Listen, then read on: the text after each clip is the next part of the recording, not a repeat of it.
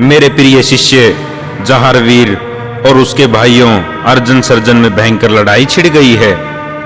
जब जहारवीर पर वार होता है तो वो मुझे आकर लगता है। तो गुरुदेव, आप तुरंत जाकर उनकी मदद क्यों नहीं करते? वो दो हैं, कुछ भी कर सकते हैं। वे दो जरूर हैं, लेकिन जहारवीर उनसे निपटने में सक्षम है और ये युद्ध अंतिम युद्ध नहीं। इसलिए ये लड़ाई जहारवीर को स्वयं लड़नी होगी, क्योंकि वे तीनों बच्चे हैं। बच्चों की लड़ाई में मेरा शक्ति द्वारा सहायता पहुंचाना उचित नहीं है। ये एक लड़ाई जहारवीर को खुद ही लड़नी पड़ेगी। परिणाम कुछ भी हो सकता है।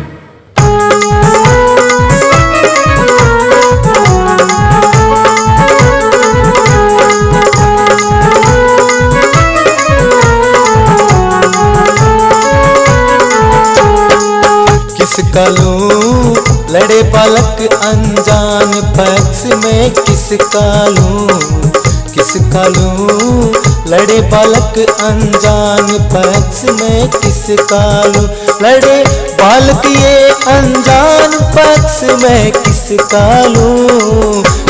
लूं लड़े बालक अनजान पक्ष में, किसका लूं लड़े बालक अनजान पक्ष में, किसका लूं।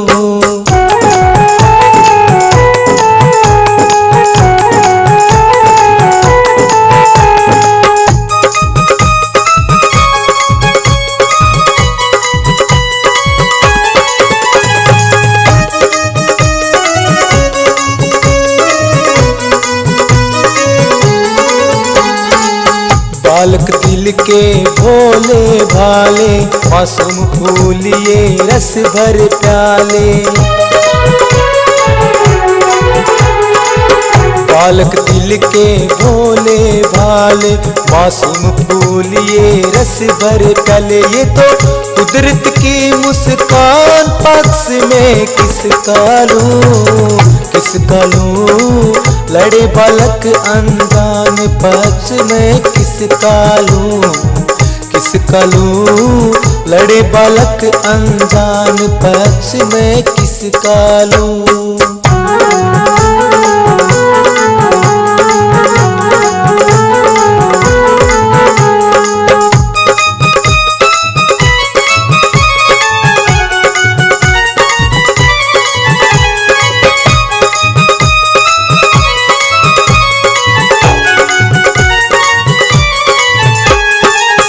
ये जाने ना अपना पराया, इनमें ना कहीं कपट की छाया। ये जाने ना अपना पराया, इनमें ना कहीं कपट की छाया। ना इनमें द्वेष मलान पक्ष में, किसका लूं लड़े बालक अनजान पक्ष में, किसका लूं लड़े बालक अनजान पक्ष में, किसका लूं।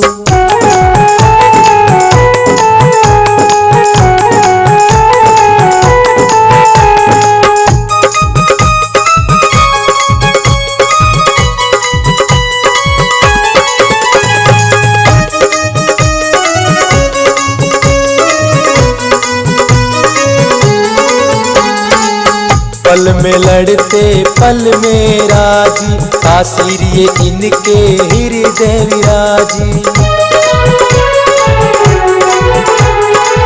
पल में लड़ते पल में राजी, तासीर ये इनके हृदय विराजी। देखे सबको एक समान पक्ष में, किसका लूं लड़े बालक अनजान पक्ष में, किसका लूं लड़े बालक अनजान पक्ष में, किसका लूं।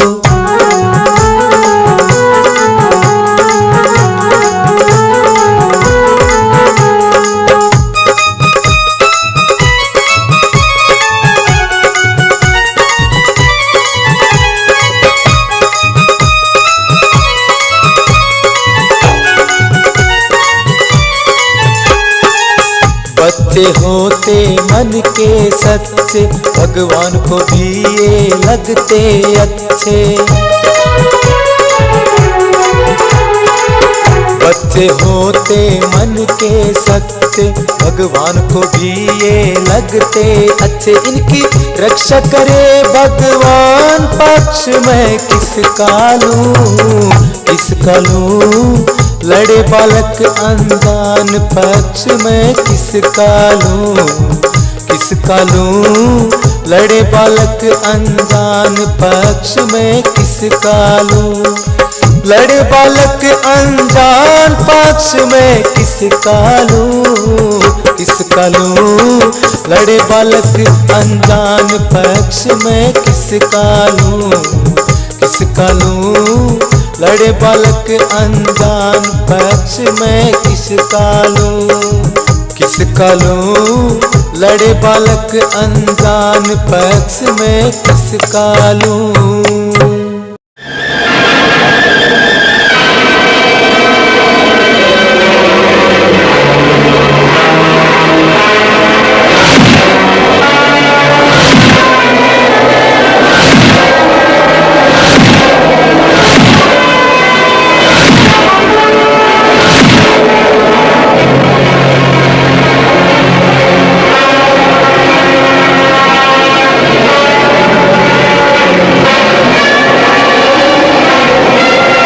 रुक जाओ जाहर। मत रोकिए पिताश्री मुझे, मैं आज इन्हें जिंदा नहीं छोड़ूंगा। जाहरवीर, ये तुम्हारे बड़े भाई हैं, तुम्हें इस तरह का व्यवहार नहीं करना चाहिए। पिताजी, कहने को तो ये मेरे भाई हैं, लेकिन है दुश्मनों से भी बढ़कर। कोई बात नहीं पुत्र, इनकी बातों का बुरा मत मानना, अपनी माता को कुछ मत कहना। हे भगवान, क्या हो गया इस चौहान वंश को, इतनी छोटी उम्र में ही इतना द्वेष।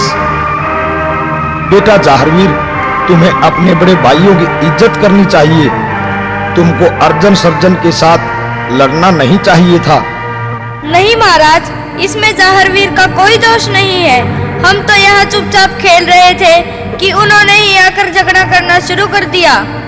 हाँ पिताजी, इसमें मेरा कोई दोष नहीं है। वो हमेशा मेरी जान लेने की कोशिश करते हैं। उनकी तो रग रग में छल, कपट, ईर्ष्या भरी है पिताजी।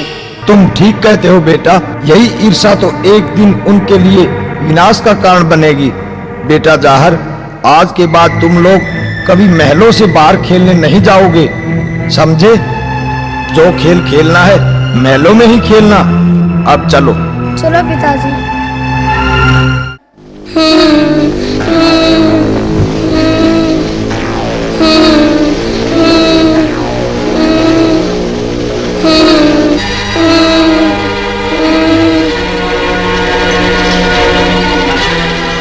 अरे क्या हुआ बेटा अर्जुन सर्जन, तुम इस तरह से रो क्यों रही हो? किसने बनाई तुम्हारी ये हालत? माता, हमें जाहरवीर ने बहुत मारा। क्या? हाँ माता।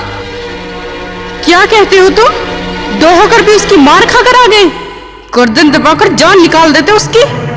हम क्या करते माता, हमारे ताऊजी ने हमें पकड़ लिया और जाहरवीर व उन दासी पुत्रों ने मिलकर हमें बहुत मारा माता। क्या ये सत्य कह रहे हो तुम? हाँ माता। आने दो तुम्हारे पिताजी नेवर सिंह को, आज तो कोई निर्णय होकर ही रहेगा।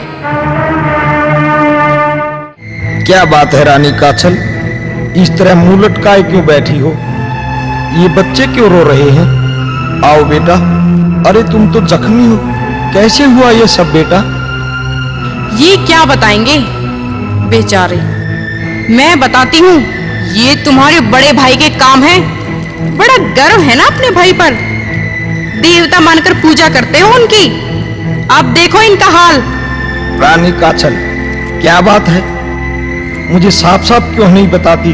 पहेलियां क्यों बुझा रही हो? क्या किया है बड़े भैया ने? तुम्हारे बड़े भाई ने मेरे पुत्रों को पकड़कर अपने पुत्र जाहरवीर व उन दासी पुत्रों से पिटवाया है। रानी काछल, तुम्हें शर्म आनी चाहिए। जो मेरे देवता समान भाई पर इस तरह के झूठे आरोप लगा रही हो? वो तो अर्जुन सर्जन को अपने पुत्र से भी बढ़कर प्यार करते हैं। हाँ हाँ, यही तो। तुम्हें तो अपने बड़े भाई के सिवाय कुछ दिखाई देता ही नहीं। मेरी तो हर बात आपको झूठी लगती है। तो इन बच्चों से पूछ लो, ये भी झूठ बोलेंगे क्या? बताओ बेटो, क्या तुम्हारी माता जो कह रही है वो सत्य है? हाँ पिताजी, ये सत्य है। जहरवीर ने हमें बहुत मारा। अब तो यकीन आ गया आपको। ये छोटे छोटे बच्चे भी क्या झूठ बोल रहे हैं? आखिर कब तक हम ये जुल्म सहते रहेंगे स्वामी? आप इस राज का बंटवारा क्यों नहीं कर लेते? रानी काछल, आपके मुंह से ये बातें शोभा नहीं देती। औरतें परिवार को जोड़ने का काम करती हैं, न कि तोड़ने का।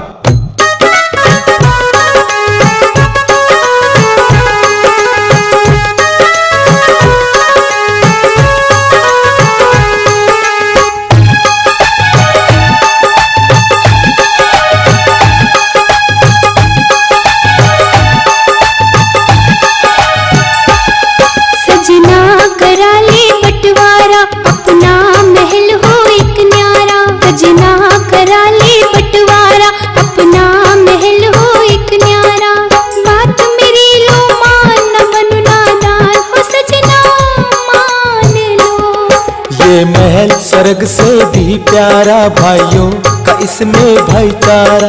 ये महल स्वर्ग से भी प्यारा, भाइयों का इसमें भाईचारा।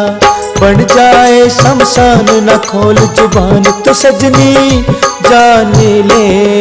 सजना करा ले बंटवारा, अपना महल हो एक न्यारा। ये महल स्वर्ग से भी प्यारा, भाइयों का इसमें भाईचारा।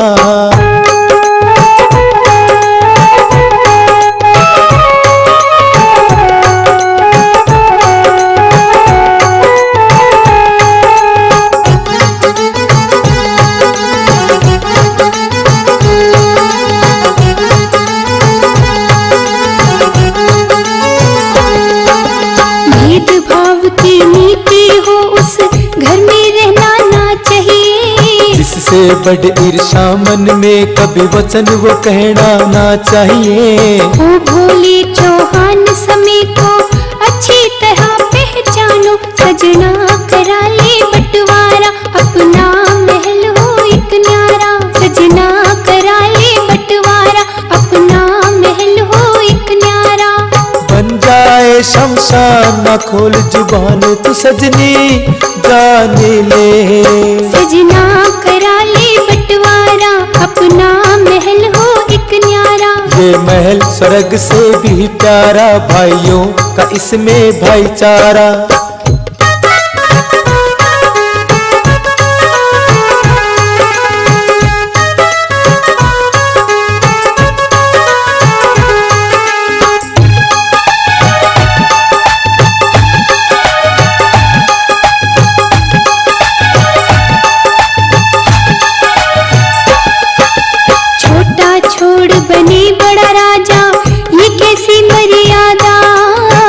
वही रीत भली हो रानी, जिसमें सबका ही फायदा। जहाँ रहते हो शैतान भला, वहाँ किसका हो सम्मान। सजना करा ले बंटवारा, अपना महल हो एक न्यारा। सजना करा ले बंटवारा, अपना महल हो एक न्यारा। बन जाए शमशान न खोल जुबान, तू सजनी जाने ले। सजना करा ले बंटवारा, अपना महल हो एक न्यारा। ये महल स्वर्ग से भी प्यारा, भाइयों का इसमें भाईचारा।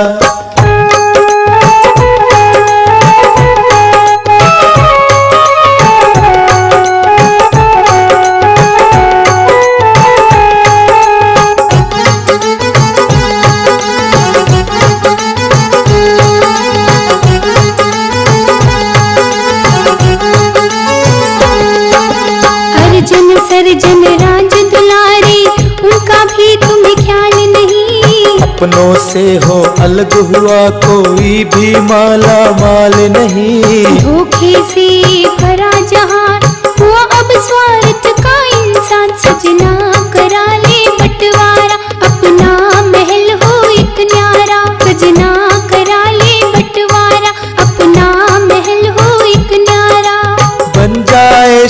शमशान न खोल जुबान तो सजनी जान ले। सजना करा ले बंटवारा अपना महल हो एक न्यारा। ये महल स्वर्ग से भी प्यारा भाइयों का इसमें भाईचारा।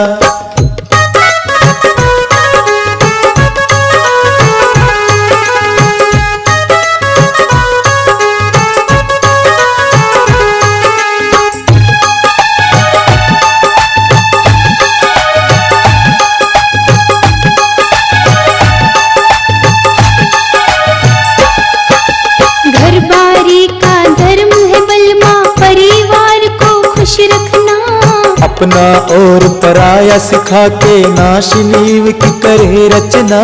मैं हूँ इतनी परेशान पड़ेगी गवानी एक दिन जान। सजना करा ले बंटवारा अपना महल हो एक न्यारा। सजना करा ले बंटवारा अपना महल हो एक न्यारा। बात मेरी लो मान न बनो नादान हो सजना मान लो। ये महल स्वर्ग से भी प्यारा भाइयों का इसमें भाईचारा। ये महल स्वर्ग से भी प्यारा भाइयों का इसमें भाईचारा। बन जाए शमशान न खोल जुबान तो सजनी जान ले। सजना करा ले बंटवारा अपना महल हो एक न्यारा। ये महल स्वर्ग से भी प्यारा भाइयों का इसमें भाईचारा। सजना करा ले बंटवारा। बस स्वामी बस, अब मैं और बर्दाश्त नहीं कर सकती। अगर आज आपने महाराज उमर सिंह से बात नहीं की तो मैं अर्जुन और सर्जन को लेकर अपने मायके सिरसा पाटन चली जाऊंगी। मैं तुम्हें अच्छी तरह जानता हूँ रानी काछल, तुम अपनी तिरियाहट के आगे कुछ भी कर सकती हो और मैं भी इस हर रोज की कलह से तंग आ गया हूँ। अगर अलग होने से ही तुम्हारे मन को तसल्ली मिलती है तो आज ही महाराज उमर सिंह से बात करता हूँ। ये हुई ना बात।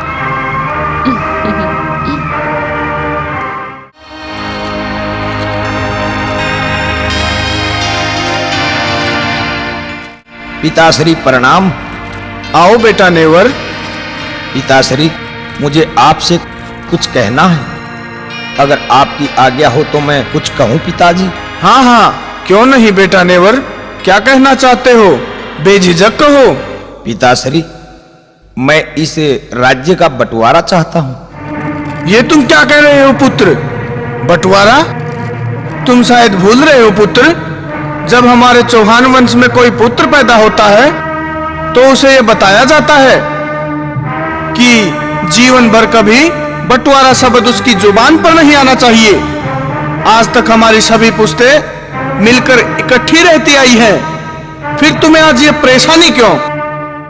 आप मुझे गलत समझ रहे हैं पिताश्री, लेकिन कई फैसले ऐसे होते हैं जो इंसान को न चाहते हुए भी करने पड़ते हैं।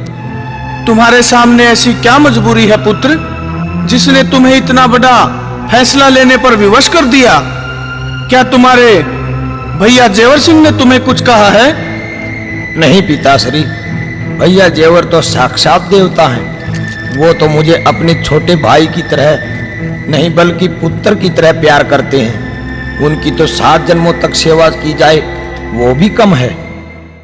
पुत्र, हम भी वर्षों से एक राजा के रूप में प्रजा को निर्णय सुनाते आए हैं और हमारे सामने दरबार में इस प्रकार के बहुत तायत मामले आते हैं जो बंटवारा चाहते हैं, और ऐसे मामलों में 2 ही बातें उभर कर सामने आती है जो बंटवारे का मुख्य कारण होती है। एक, या तो उन भाइयों में आपस में झगड़ा रहता है, आपस में प्रेम नहीं है, और दूसरी बात यह होती है कि भाइयों में तो प्यार होता है लेकिन उनकी पत्नियां उनको साथ नहीं रहने देती। मेरे ख्याल से तुम्हारे ऊपर दूसरी बात ज्यादा उपयुक्त बैठती है। आप सत्य कह रहे हैं पिताश्री, मुझे रानी काछल के दबाव में ही आपके पास आना पड़ा। लेकिन पिताश्री, आप ही बताएं मैं क्या करूं? मैं रोज रोज की कलह से तंग आ गया हूं। एक तरफ तो भाई का प्यार मिल रहा है, दूसरी तरफ रानी काछल व पुत्र अर्जुन सर्जन मुझसे बिछुड़ रहे हैं।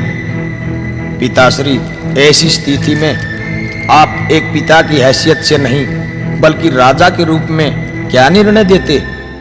बेटा नेवर सिंह, जब तुम्हारे जैसी स्थिति हमारे सामने आती तो एक राजा के रूप में हम यही निर्णय देते कि तुम्हारा बंटवारा होकर भी बंटवारा न हो।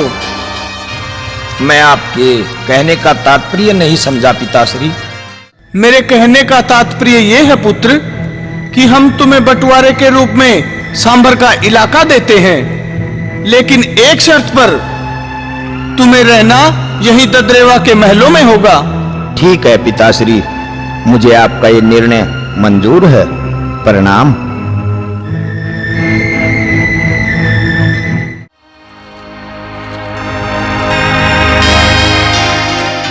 अरे भैया जाहर, तुम यहाँ बैठे हो?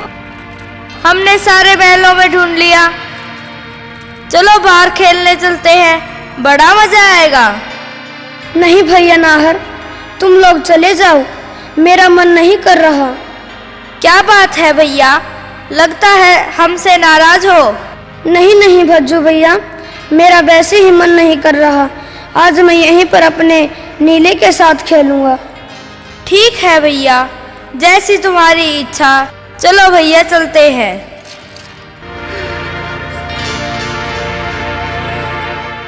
कई दिन हो गए, आज तो नीले के साथ खेलूंगा।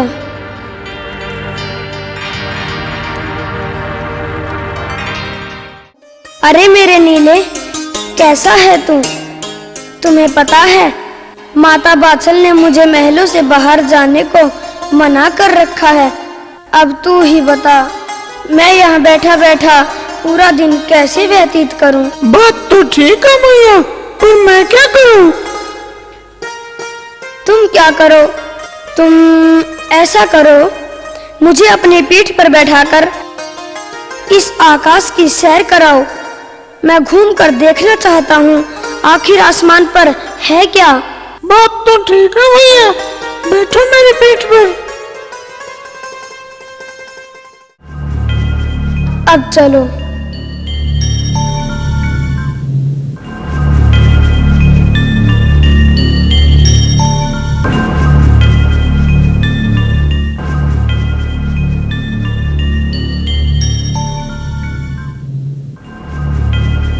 अरे देखो, आसमान से लोग कितने छोटे छोटे दिखाई देते हैं। सचमुच शाबाश मेरे नीले, मजा आ गया।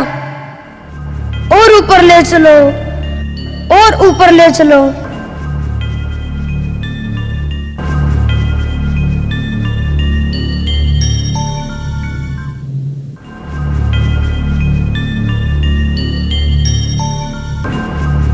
अरे रुकना जरा, वहां क्या है? तुम यहीं पर रुको, मैं अभी आता हूं।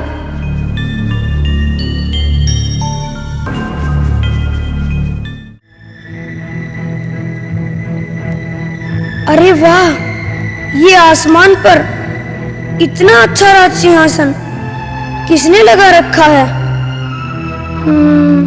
यहाँ पर बैठता हूँ।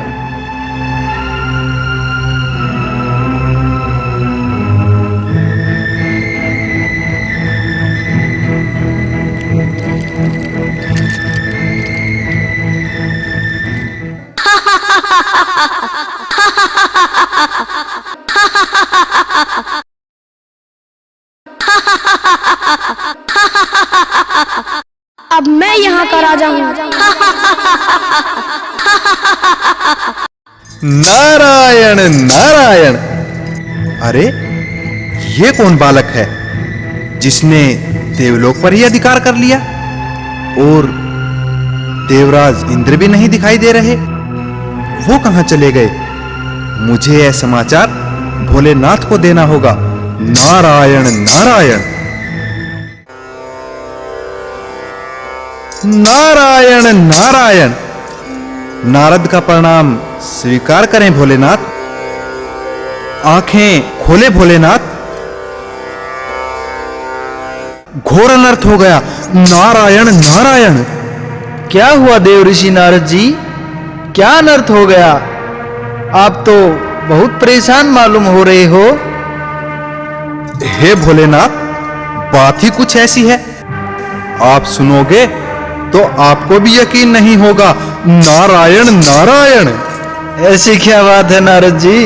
भोलेनाथ, स्वर्ग लोक पर अब देवराज इंद्र का आधिपत्य नहीं रहा, बल्कि वहां तो किसी और का अधिकार हो गया है। नारायण नारायण।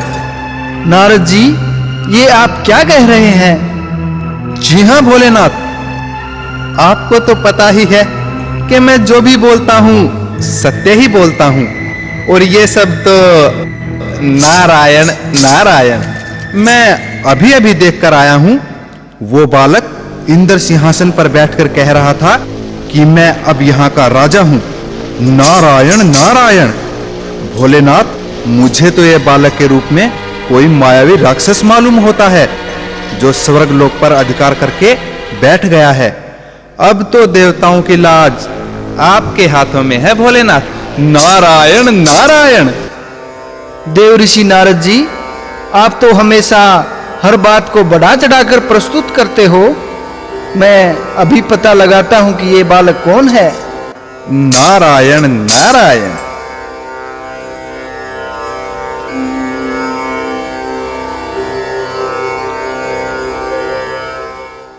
देव ऋषि, घबराने की कोई आवश्यकता नहीं है। ये कोई मायावी राक्षस नहीं है, बल्कि ये तो गोरखनाथ जी का शिष्य पद्मनाग अवतारी जहारवीर है, जो पृथ्वीलोक से यहाँ आया है। मुनिवर, ये स्वर्गलोक पर अधिकार करने नहीं बल्कि खेलने आया है। नारायण नारायण। भोलेनाथ, ये बालक खेलने के लिए जीवित ही पृथ्वी से स्वर्गलोक पहुंच गया। इतनी शक्तियां इतनी अल्पायु में इसे कैसे प्राप्त हुई? अगर बड़ा होकर इसने अपनी शक्तियों का दुरुपयोग कर कहीं सचमुच ही स्वर्गलोक पर अधिकार कर लिया तो? नारायण नारायण। नारद जी, ऐसा कुछ नहीं होगा। इस बालक को ये इतनी शक्तियां मेरे ही अंश और इसके गुरु गोरखनाथ जी के कारण प्राप्त हुई हैं। ये बालक इन शक्तियों का दुरुपयोग नहीं करेगा, बल्कि दीन दुखियों की मदद कर जगत कल्याण करेगा। कलयुग में इनकी रिद्धि सिद्धि देवताओं से भी बढ़कर होगी। नारायण नारायण।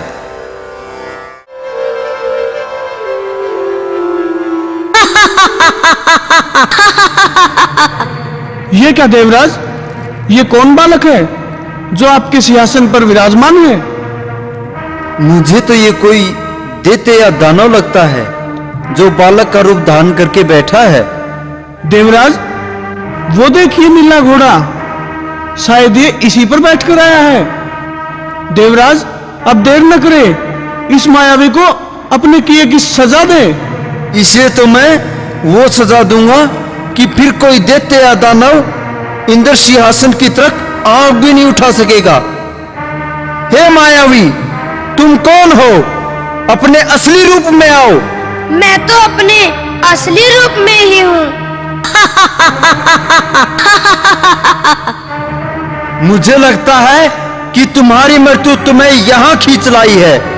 तुम जो कोई भी हो, अपने असली रूप में आओ। मैं तुम्हें आखिरी बार चेतावनी देता हूं। अब तुम देवराज इंद्र के कहर से नहीं बच सकते।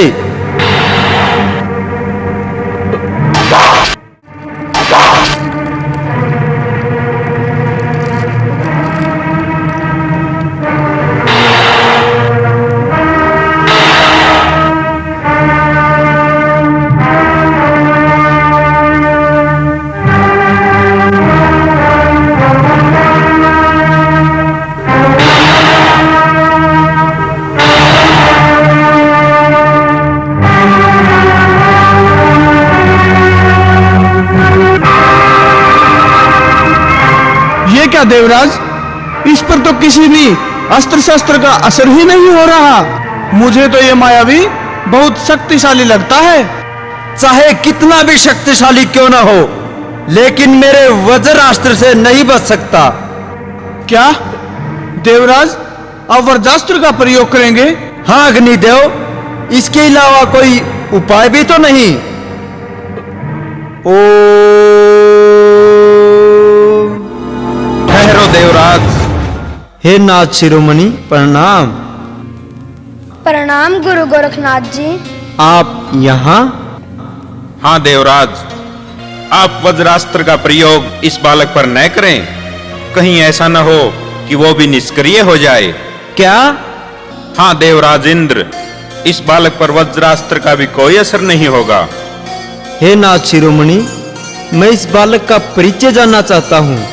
ये कौन है और यहाँ कैसे पहुंचा? हे देवराज इंद्र, आप जरा अतीत में जाकर देखिए। आपको शायद याद हो कि आज से सैकड़ों वर्ष पूर्व पृथ्वी लोक से बागड़ देश के सांबर प्रांत के राजा गंगाराव चौहान यहाँ आए थे और वे सर्व अप्सरा उर्वशी को स्वर्ग लोक से पृथ्वी लोक में ले गए थे और उनके साथ विवाह किया था। जी हाँ, मुझे अच्छी तरह याद है नाथ जी, लेकिन इस बालक का राजा गंगाराव से क्या संबंध है? ये बालक उसी वीर चौहान राजा गंगाराव व अप्सरा उर्वशी के वंशज हैं। ये पद्मनाग अवतारी व मेरे प्रिय शिष्य हैं। इनका नाम जाहर वीर है।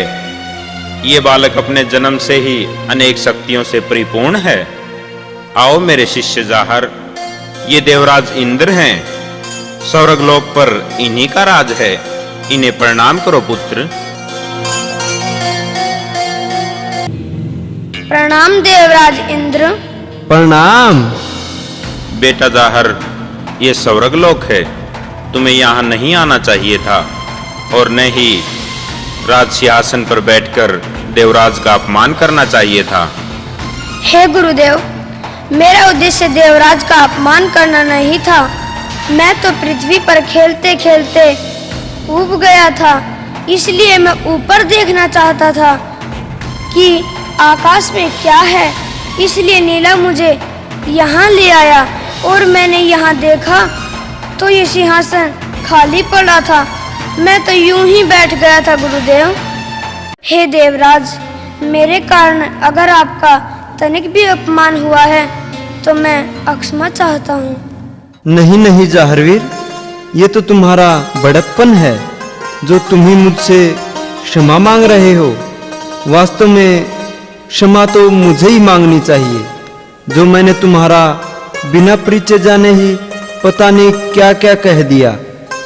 वास्तव में मैं ही अपनी शक्तियों के घमंड में इतना चूर हो गया था कि मैंने तुम्हारा परिचय जाने बिना ही तुम पर उनका प्रयोग करना शुरू कर दिया। तुमने तो मेरा घमंड चूर कर मुझे सही मार्ग दिखाया है। हे गुरु गोरखनाथ जी, ये बालक तो अपने इन्हीं चमत्कारों के कारण जग में बड़ा नाम करेगा।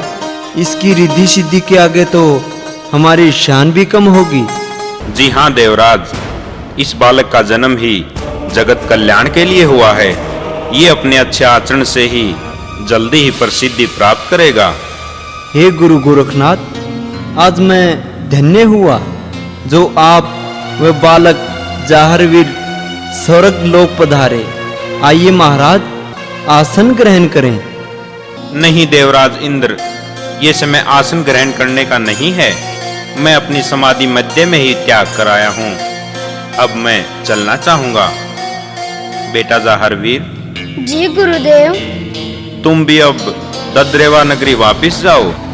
तुम्हें काफी समय हो गया है यहाँ आए हुए। जी गुरुदेव। प्रणाम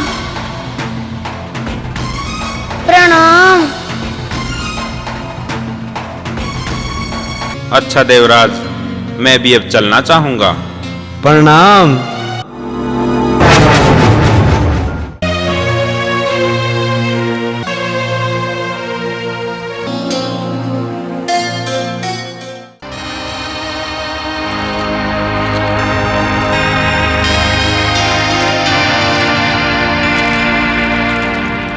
महाराज, हम आपसे कुछ बात करना चाहते हैं। कहो महारानी, क्या बात है? महाराज, आपको तो मालूम है पुत्र जहरवीर अब बड़ा हो गया है। अब उसके खेलने कूदने की उम्र नहीं रही महाराज। आप क्या कहना चाहती हैं महारानी? साफ साफ कहो। महाराज, मैं ये कहना चाहती हूँ कि अब पुत्र जहरवीर बच्चा नहीं रहा।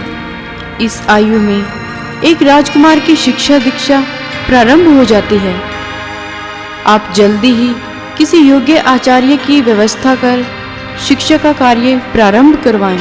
महारानी, ये बात तो काफी दिनों से हमारे जहन में भी थी और हमने तो आपके कहने से पहले ही जहरवीर के लिए आचार्य का चुनाव कर लिया है।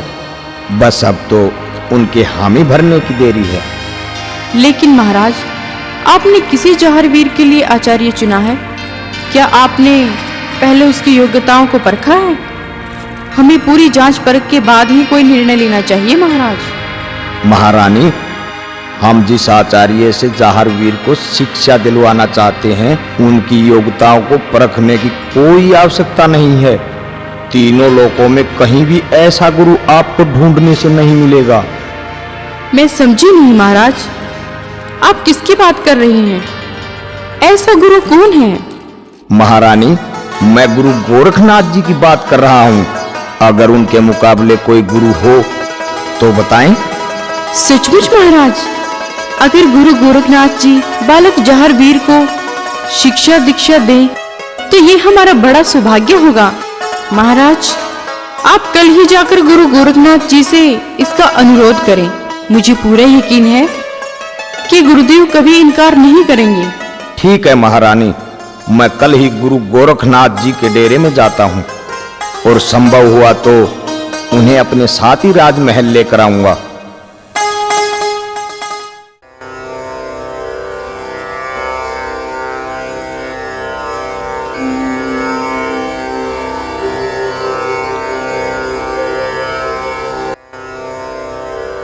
हे गुरु गोरखनाथ, राजा जेवर सिंह का प्रणाम स्वीकार करें।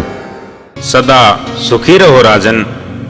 आज किस प्रयोजन से हमारे पास आना हुआ? क्या ददरेवा नगरी में सब कुशल मंगल है? जी हाँ महाराज, आपकी कृपा से सब कुशल मंगल है। गुरुदेव, मैं आपके पास एक अनुरोध करने आया हूँ। आशा है आप इनकार नहीं करेंगे। किस बात का अनुरोध राजन? साफ साफ बताओ। महाराज, अब जहरवीर बड़ा हो गया है। मुझे लगता है कि अब उसकी आयु शिक्षा ग्रहण करने की हो गई है। अगर आप पुत्र जहरवीर को शिक्षा दीक्षा दें तो बहुत कृपा होगी महाराज। राजन, आपने तो मेरे मन की ही बात छीन ली। जहरवीर की शिक्षा दीक्षा का कार्य मेरे द्वारा ही होना लिखा है। वह तो जगत में मेरा नाम रोशन करेगा। मैं उसको